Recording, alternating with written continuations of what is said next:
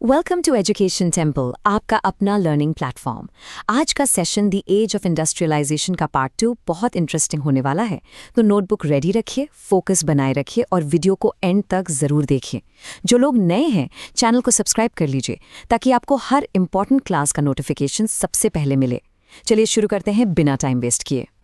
जब आप industrial revolution सुनते हैं तो दिमाग में क्या आता है? बड़ी बड़ी फैक्ट्रीज, धुएं से भरा आसमान और हर काम करती हुई मशीन्स, राइट? लेकिन क्या ये पूरी कहानी थी? क्या सच में हर काम पहले दिन से ही मशीन ने ले लिया था? असलियत, जैसा कि हम देखेंगे, इससे कहीं ज़्यादा इंटरेस्टिंग है।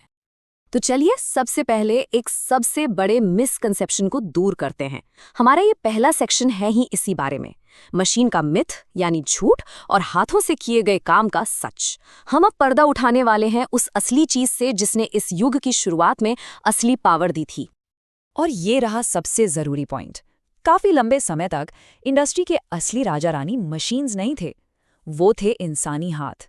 हाँ, आपने बिल्कुल सही सुना। टेक्नोलॉजी के इस नए दौर में भी हाथ से काम करने वाले मजदूर ही प्रोडक्शन की असली रीढ़ की हड्डी थे।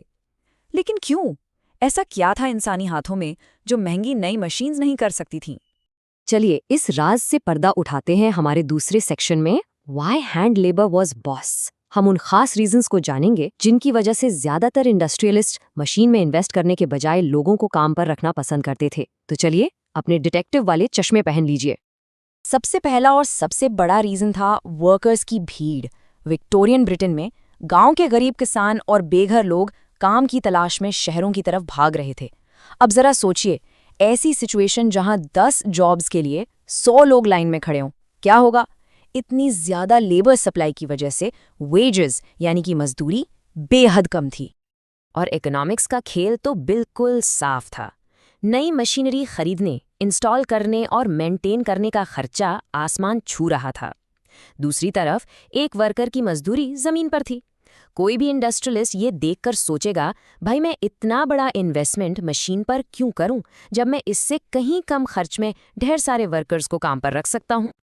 दूसरा बड़ा रीजन था सीजनल काम। कुछ इंडस्ट्रीज जैसे सर्दियों में ब्रूरीज या क्रिसमस से पहले बुक बाइंडर्स साल के कुछ महीने ही बिजी रहती थी। अब कोई भी बिजनेस ओनर एक महंगी मशीन खरीदकर साल के ज्यादातर महीने उसे धूल खाने के लिए तो नहीं छोड़ेगा, है ना? इससे कहीं ज्यादा प्रैक्टिकल था कि बिजी सीजन में एक्स्ट्रा वर्कर्स हायर कर लो और काम खत्म होने पर उन्हें जाने दो। तीसरा रीजन बड़ा आसान था, फ्लेक्सिबिलिटी की कमी। शुरुआती मशीन्स एक ही जैसा सामान बनाने के लिए डिज़ाइन की गई थीं। वो एक ही चीज़ बार बार बहुत तेज़ी से बना सकती थीं, लेकिन उनमें वर्सेटिलिटी नहीं थी। लेकिन मार्केट को तो वैरायटी चाहिए थी। आखिर वैरायटी ही तो जिंदगी का मसाला है। और ये पॉइंट तो बिल्कुल साफ हो जाता है इस एग्जाम्पल से। जरा सोचिए, 19th सेंचुरी के ब्रिटेन में मार्केट में 500 से ज्यादा अलग अलग तरह के हथौड़े और 45 अलग किस्म की कुल्हाड़ियां मिलती थीं। इतनी वैरायटी कोई एक मशीन नहीं बना सकती थी। इस लेवल के स्पेशल काम के लिए तो ह्यूमन टच यानी इंसानी हाथों की कला की जरूरत थी। और चौथा रीजन आकर टिकता था सोशल क्लास पर। अमीर लोग, एरिस्टोक्रेट्स और बुर्जुआजी हाथ से बनी चीजें ही पसंद करते थे। उनके लिए ये चीजें स्टेटस, शान और यूनिकनेस का सिंबल थी। मशीन से बना सामान तो आम माना जाता था। तो जहां सस्ता मास प्रोड्यूस सामान कॉलोनीज में एक्सपोर्ट हो रहा था, वहीं हाई सोसाइटी हाथ से बने प्रोडक्ट्स की शान चाहती थी। तो हमने देख लिया कि हाथ से काम करने की इतनी डिमांड क्यों थी। लेकिन इन वर्कर्स की, जिनके पास इतना वैल्यूएबल स्किल था, उनकी जिंदगी आखिर थी कैसी? चलिए अब इस कड़वी सच्चाई को देखते हैं सेक्शन 3 में, workers life the real story. Job ढूंढना कोई आसान काम नहीं था। जब शहर में काम की खबर फैलती तो लोग अपने गांव छोड़कर मीलों का सफर तय करते थे। लेकिन जॉब मिलना अक्सर आपके नेटवर्क पर डिपेंड करता था। अगर आपका कोई दोस्त या रिश्तेदार पहले से फैक्ट्री में है तब तो बल्ले बल्ले, अगर नहीं तो आप हफ्तों तक इंतजार करते, रातें पुल के नीचे या भीड़ भाड़ वाले पब्लिक शेल्टर्स में गुजारते। आप सोच सकते हैं कि जिंदगी कितनी इनसिक्योर और मुश्किल थी। वही सीजनल काम जो इंडस्ट्रियलिस्ट्स के लिए फायदेमंद था, उसका मतलब था कि साल के कई महीने वर्कर्स बेरोजगार रहते थे। इससे हमेशा एक चिंता बनी रहती थी, अगले महीने का किराया कहाँ से आएगा, खाने के पैसे कहाँ से आएंगे। ये एक बेहद कठिन और अजीब सी जिंदगी थी। और यहाँ एक और बुरा ट्विस्ट था। कागजों पर कभी कभी लगता था कि वेजेस बढ़ रही हैं, लेकिन असलियत में वर्कर्स की हालत और खराब हो रही थी। कैसे? सोचिए आपकी सैलरी 10 पाउंड बढ़ गई, लेकिन उसी टाइम खाने, किराए और कोयले का दाम 20 पाउंड बढ़ गया। आपकी रियल इनकम तो असल में कम हो गई। आपकी खरीदने की शक्ति गिर रही थी, मतलब आप अपने पैसों से पहले से कम सामान खरीद सकते थे। हिसाब ही नहीं बैठ रहा था। ये नंबर्स तो हिला कर रख देंगे। जब आर्थिक हालात ठीक ठाक थे, तब भी शहरों की 10% आबादी बेहद गरीब मानी जाती थी। लेकिन जब इकोनॉमी में मंदी आती, जैसे 1830s में, तो बेरोजगारी 35 से 75% तक पहुंच जाती थी। इसका मतलब हर 3 में से 1 या 2 लोग काम से बाहर थे। गरीबी आबादी के एक बहुत बड़े हिस्से के लिए जिंदगी का सच था। अब जब लोगों की रोजी रोटी पर इतना बड़ा खतरा हो, तो वो चुपचाप तो नहीं बैठेंगे। सेक्शन 4 में हम इसका एक जबरदस्त एग्जाम्पल देखेंगे, स्पिनिंग जेनी नाम की एक नई मशीन के खिलाफ भयंकर विरोध। सबसे पहले जल्दी से समझ लेते हैं कि ये स्पिनिंग जेनी आखिर थी क्या।